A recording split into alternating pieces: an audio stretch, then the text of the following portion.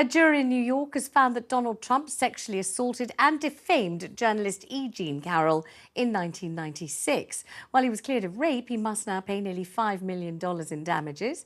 Despite the damning verdict, the former president and current frontrunner for 2024 came out defiant, calling it a witch hunt.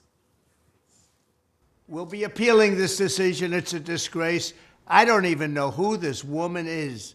I have no idea who she is, where she came from. This is another scam. It's a political witch hunt. And somehow we're going to have to fight this stuff. We cannot let our country go into this abyss. This is disgraceful.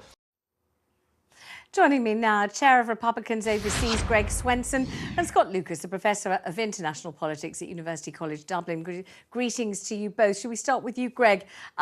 This is not a very edifying spectacle or story, and the response, you might say, even less so. No, it's typical President Trump or Donald Trump. It's not a good look for him. It's not a good look for America, and I think that's why many of us on the right are hoping that it's time to move on to a new generation and a new candidate. I think in some ways, this, just like the Alvin Bragg indictment, actually helps him in the short term. I do think the Democrats want him to be the nominee for obvious reasons. I think he's more likely to lose to President Biden than the other candidates, especially Ron DeSantis.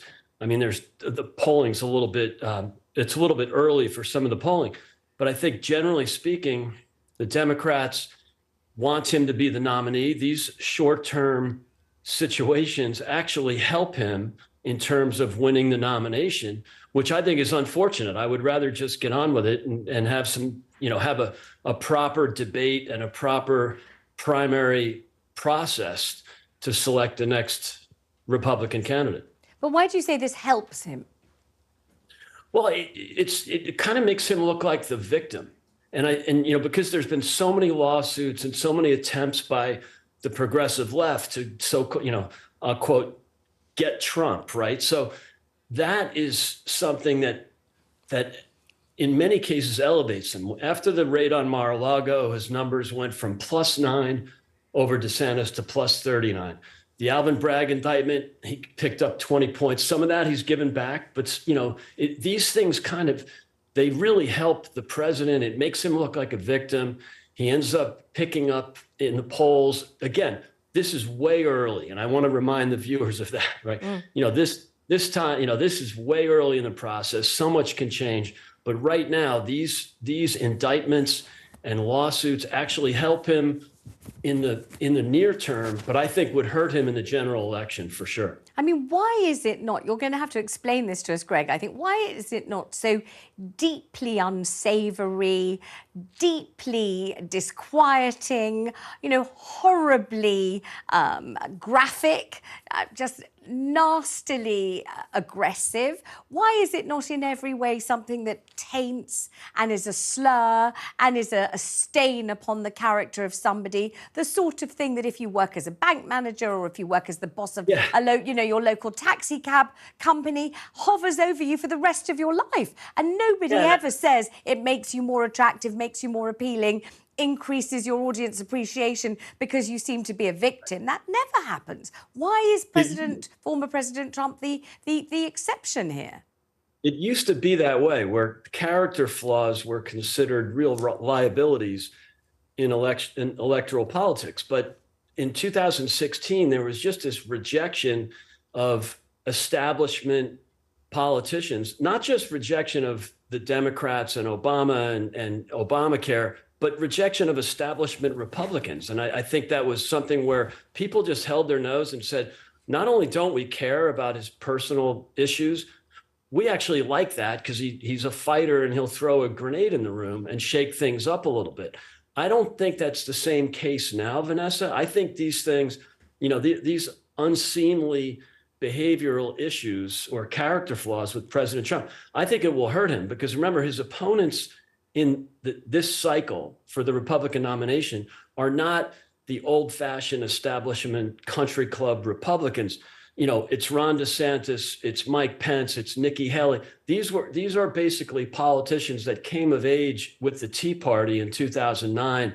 And it wasn't just the Trump movement, it was really a Tea Party movement. So, I think President Trump took advantage of that in 2015 and 16. He saw an opportunity to sort of reject the establishment. I think people are ready to move on from that. I think people, even, the Republicans, he's polling well right now compared to his opponents, but not that well. He's still under 50 in most polls well, I can't call him an incumbent president. He was president, 3 years ago.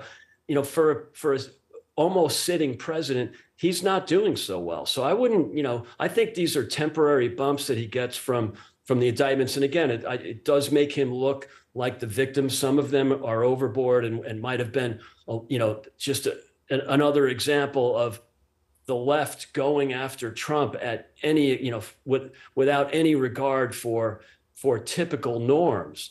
But I think in this case, even people on the right might just say, okay, I feel sorry for him in a way. Maybe there should have been more restraint on the left with some of these lawsuits and all the criticisms of President Trump. But there is some point where everybody wants to put the drama and the character flaws behind them and look forward to, again, a Ron DeSantis, Nikki Haley, Glenn Youngkin, someone who represents the kind of fighter image of the party, the new Republican type candidates, but without some of the personal baggage.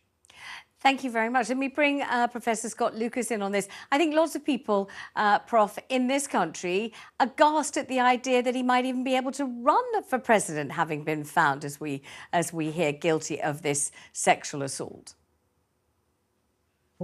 First, let me say that I'm thankful to Greg that he did not repeat, as he did earlier this morning on TalkTV and on other outlets, his attack on the judge, the jury, and the U.S. justice system by saying this case was a weaponization. And I'm thankful to him for not repeating his slander of E. Jean Carroll by saying these were made-up charges. I'm glad that he recognizes the facts of the case and how serious this is, first and foremost for E. Jean Carroll, but as she said, for all women. In terms of why Trump can stand again, because there's no provision in the U.S. Constitution which prohibits a convicted felon from standing for the presidency. Donald Trump could go to prison, not over this case, which was a civil case for which he was fined $5 million, but in other cases, he could go to prison and still campaign. That said, what I would like to add is that I think we heard from Greg the fear, or maybe he would say, in some cases, the cheerleading, that cases like this help Donald Trump, at least in the short term. And not only in this case, but in the case of the indictment in New York, in which Trump is accused of interference in the 2016 election through the payment to Stormy Daniels, the adult film star with whom he allegedly had an affair. The case in Georgia, where there will likely be an indictment this summer over election interference in 2020, or indeed the Justice Department investigation of the Capitol attack. There is no reason to suspend justice. There is no reason to suspend reparations. There's no reason to suspend decency for the sake of saying it might help Donald Trump, because someone's going to try to turn him from being a defendant into a victim. Greg, you were nodding along there at one point.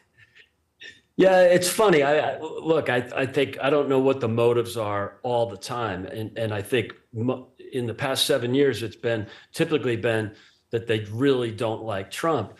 I think more recently there is some suspicion that they actually want to elevate Trump. If they're taking the high road and are going to indict him in these cases, in spite of the fact that it helps them, I'm so glad to hear that.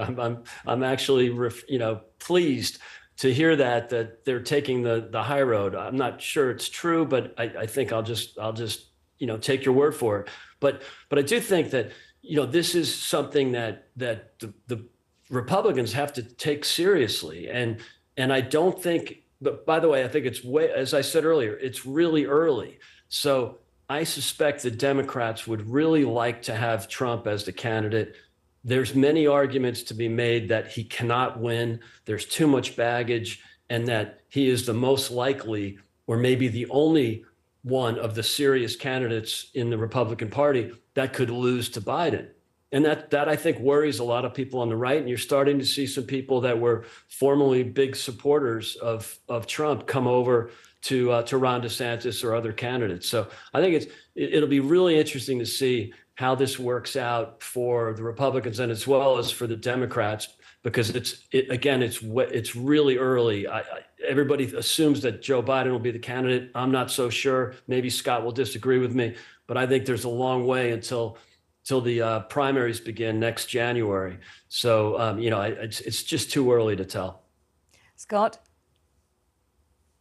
Well, Vanessa, Greg's absolutely right that it is a long and winding road when we talk about the primaries or the general election. I'm going to say two things. I think the first is that what you see is that finally Teflon Don isn't so Teflon. And by that I mean for 50 years, whether it be over his business practices, whether it be over his campaign in 2016, over his presidency, he escaped accountability. He escaped accountability over the Trump-Russia affair in 2016, despite the fact that there was substantial evidence produced of his campaign's collaboration with Russia, with the help of people like Greg, who said it's all a hoax. He escaped accountability over his blackmail of Ukraine, now embroiled in a war with Russia, by denying them military aid in 2019 as he tried to attack Joe Biden.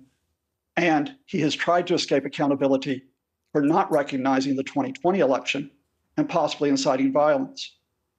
Secondly, my thoughts, however, are first and foremost with E. Jean Carroll. This is a woman who for 27 years has been damaged beyond the point of having emotional relationships by Donald Trump's assault. This was a woman who was told, he will bury you if you ever speak out. So initially she did not do so. But in 2019, partially because of the Me Too movement and of 16 other women who spoke out about Trump's sexual advances, she did come forward. And finally, in 2023, she has a small bit of justice, not just for herself, but again, as she so nobly said this morning, for all women. Gentlemen, thank you very much indeed for joining me on the programme.